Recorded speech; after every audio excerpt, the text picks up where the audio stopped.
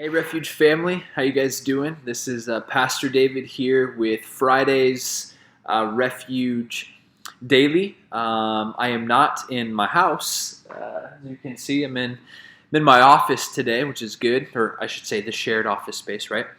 But I am excited to be able to bring just like a devotional thought to you guys. Um, Kind of tripping out that it's already December.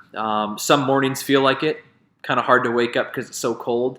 And then the next day is like, oh, hey, it's going to be 78 outside. And it's like, bro, this ain't December. What's going on here? So, but we're here. We're in it, right? We are in December. And I think one of the biggest things every single year, obviously, for us as believers, when December comes, there's this anticipation, there's this awaiting, there's this season that we're entering into of Christmas season, or some people in different, you might call it Advent, right? The waiting, contemplating the arrival of Jesus, his first coming, and awaiting his second coming.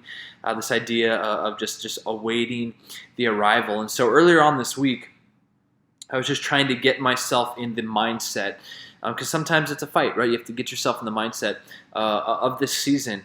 And I came across this song, and you guys know the song, O Come, Emmanuel. But I came across this specific version of the song, and I actually encourage you guys to go check it out. It's done by the Piano Guys. So if you guys in YouTube type in O Come, Emmanuel, the Piano Guys, you're going to get this version. There's no singing. It's just a version of piano, and I think it's a violin. And it's like 5.5 minutes, and it is amazing. And as I was listening to this song, I really, really felt the Lord slow me down. And I think the only word that can come to my mind is I entered into like contemplation. My mind, my heart, my soul, everything kind of slowed down. And I just started contemplating as the music was playing this season that we're entering into. And I feel like the melody of that song just captures it's almost ominous in a sense, right? It's almost haunting, where it's like you listen to it and you hear sadness, you hear heaviness, and yet there's parts of the song that say rejoice, rejoice. I'm actually going to read the lyrics right now because I feel like this is so appropriate for the season that we are entering into. It says, O come, Emmanuel. It says, O come, Emmanuel, and ransom captive Israel, that mourns in lonely exile here, until the Son of God appear. Rejoice, rejoice, Emmanuel shall come to thee, O Israel. O come, thou rod of Jesse, free thine own from Satan's tyranny. From depths of hell thy people save, and give them victory over the grave. Rejoice, rejoice, Emmanuel shall come to thee, O Israel.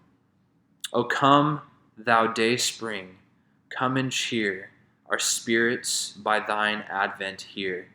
Disperse the gloomy clouds of night, and death's dark shadows put to flight. Rejoice, rejoice, Emmanuel shall come to thee, O Israel. O come, thou key of David, come, and open wide our heavenly home. Make safe the way that leads on high, and close the path to misery. Rejoice, rejoice, Emmanuel shall come to thee, O Israel. O come, thou Lord of might, who to thy tribes on Sinai's height in ancient times didst give the law, and cloud and majesty and awe. Rejoice, rejoice, Emmanuel shall come to thee, O Israel. A lot of kind of old words, that are still here. But I feel like what I'm going to call the holy tension that is in this song.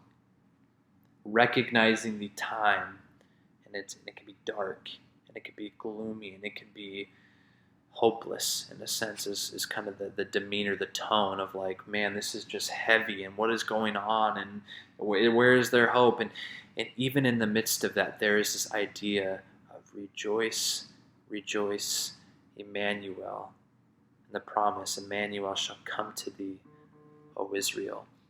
Now we know Emmanuel if we were to look at Matthew chapter 1, verse 23, where it says, "Behold, the virgin shall conceive and bear a son, and they shall call his name Emmanuel," which means God with us.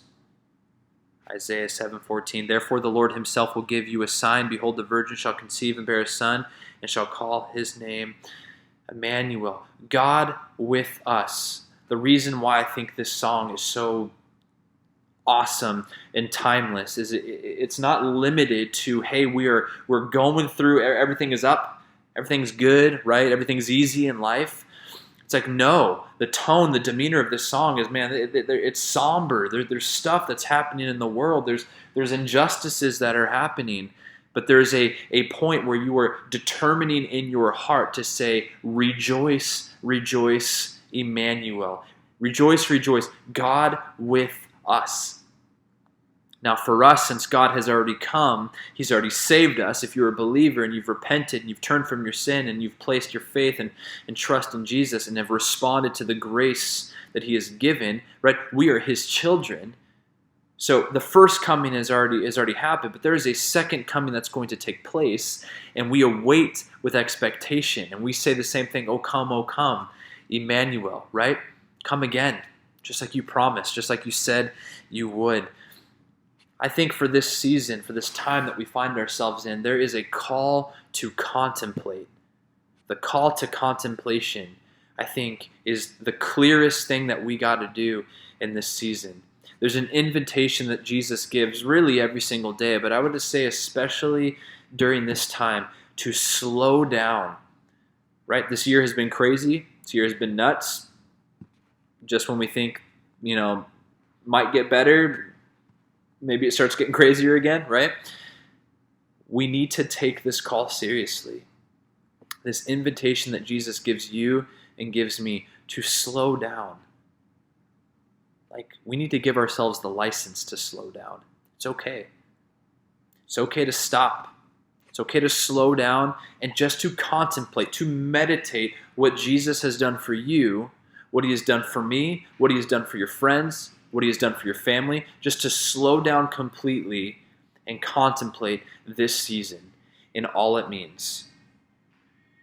I think far too often, and maybe you found yourself in this spot too, but far too often we find ourselves where it's December 23rd, December 24th, and now all of a sudden we start getting in that Christmas spirit, whatever you want to say. We start contemplating, we start getting thankful, we start really thinking about Jesus, and we really start contemplating what he did thousands of years ago when he was born, and how he would bridge the gap from being creator and sustainer of everything, and how he would humble himself and become one of us so he could relate to us and redeem us back to himself. Right? We start thinking about those things on the 23rd and the 24th, or God forbid, even the 25th of December at Christmas morning, right?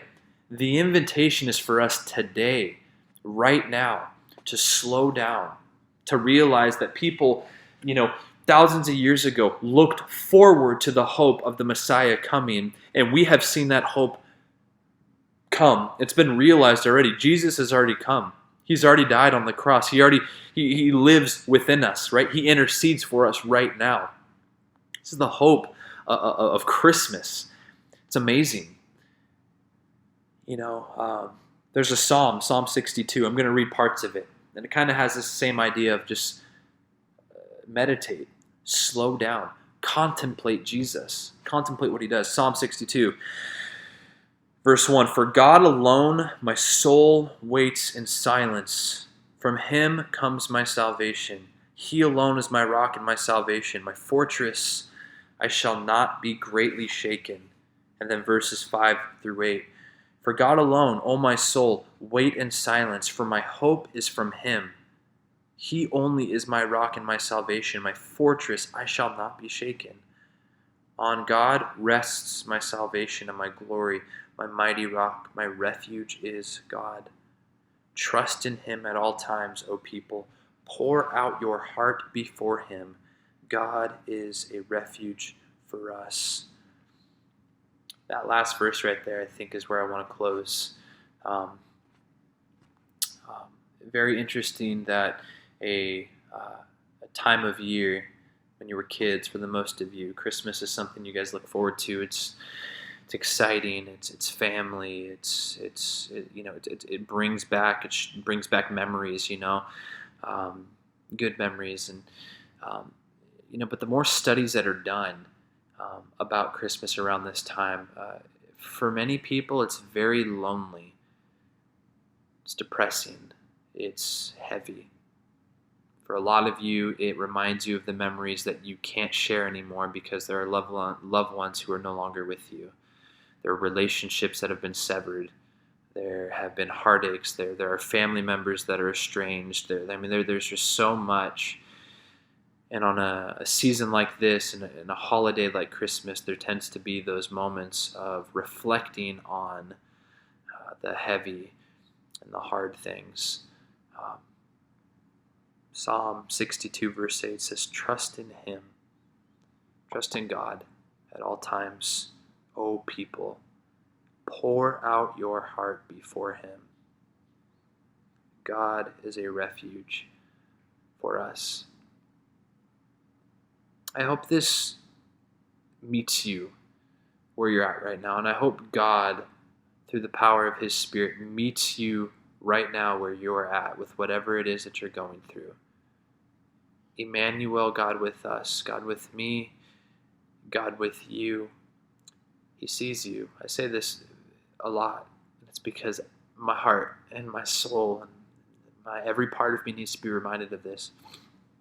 He sees you where you're at right now. He knows you. The fears, the insecurities, the longings of your heart, the desires, the things that you pray will happen that maybe have not come to fruition yet. He knows it. Do not let the enemy rob you of the invitation that Jesus is extending to you specifically. I'm not talking about your family. I'm not talking about your friends. I'm talking about you right now. Don't miss out on the opportunity to commune with God, to spend time with Emmanuel, the God who is with you, who died, who rose again, who's in heaven, preparing a place for you. That God is with you right now. Emmanuel, God with us. Family, I pray this finds you well. I pray this blesses you. I pray this encourages you guys. Don't miss out on the invitation that Jesus is extending you right now. Slow down, pause, contemplate. I love you guys, and we'll see you next time. God bless.